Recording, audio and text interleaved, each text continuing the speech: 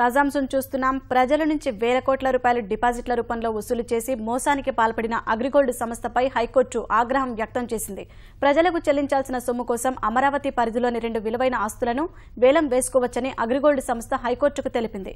మరిన్ని వివరాలు మా ప్రతినిధి తిరుపాల్ రెడ్డిని అడిగి తెలుసుకుందాం.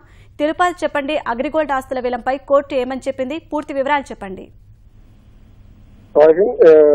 ఈ అగ్రిగోల్డ్ బాధితులకు సంబంధించి హైకోర్టులో దాఖలైన ప్రజాహిత వాయిద్యం పైన విచారణ జరిగింది. ఈ రోజు విచారణలో అగ్రిగోల్డ్ సంస్థ తరఫున మన సిఆర్టీఏ పరిధిలో ఉన్న 2 విలువైన ఆస్తులను, అంటే ఒకటి 77.80 ఎకరాలు, మరొకటి 172.04 ఎకరాలు, ఈ 2 ఆస్తులను కోర్టు నివేదించి ఈ రెండింటిని కూడా వేలం వేసుకోవచ్చు, ఇవి చాలా విలువైనట్టు అని చెప్పేసి కోర్టుకు నివేదించారు.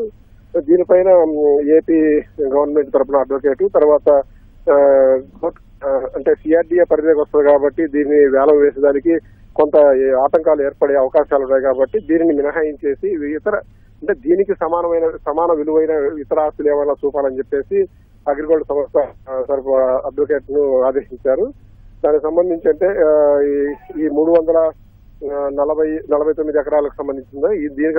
ఇదే ఎంత విలువ ఉండాలా, కాకపోతే ఎలాంటి ఆటంకాలు ఎదుర్కొనే అవకాశం లేకుండా ఉండే ఆస్తులు చూపాలా, దానికి సంబంధించిన అంటే అది ఎంత విలువ చేస్తుంది అంటే ఆ వివరాలు కూడా కోర్టుకు సమర్పించాలని చెప్పేసి ధర్మాసనం ఆదేశించింది.